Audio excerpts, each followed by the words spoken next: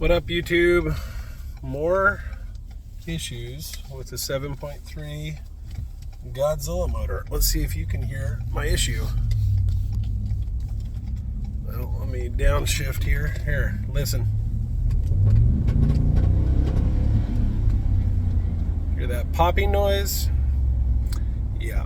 So my son and I are going out to go hunting, and went to accelerate up a road. Oh, now we got a big misfire.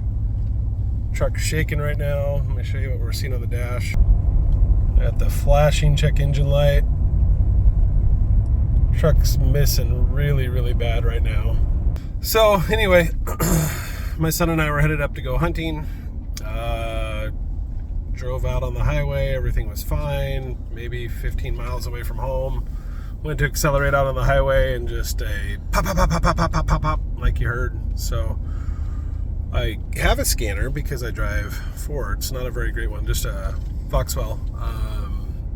Pull the code on the scanner, got P0300, which is multiple cylinder misfire.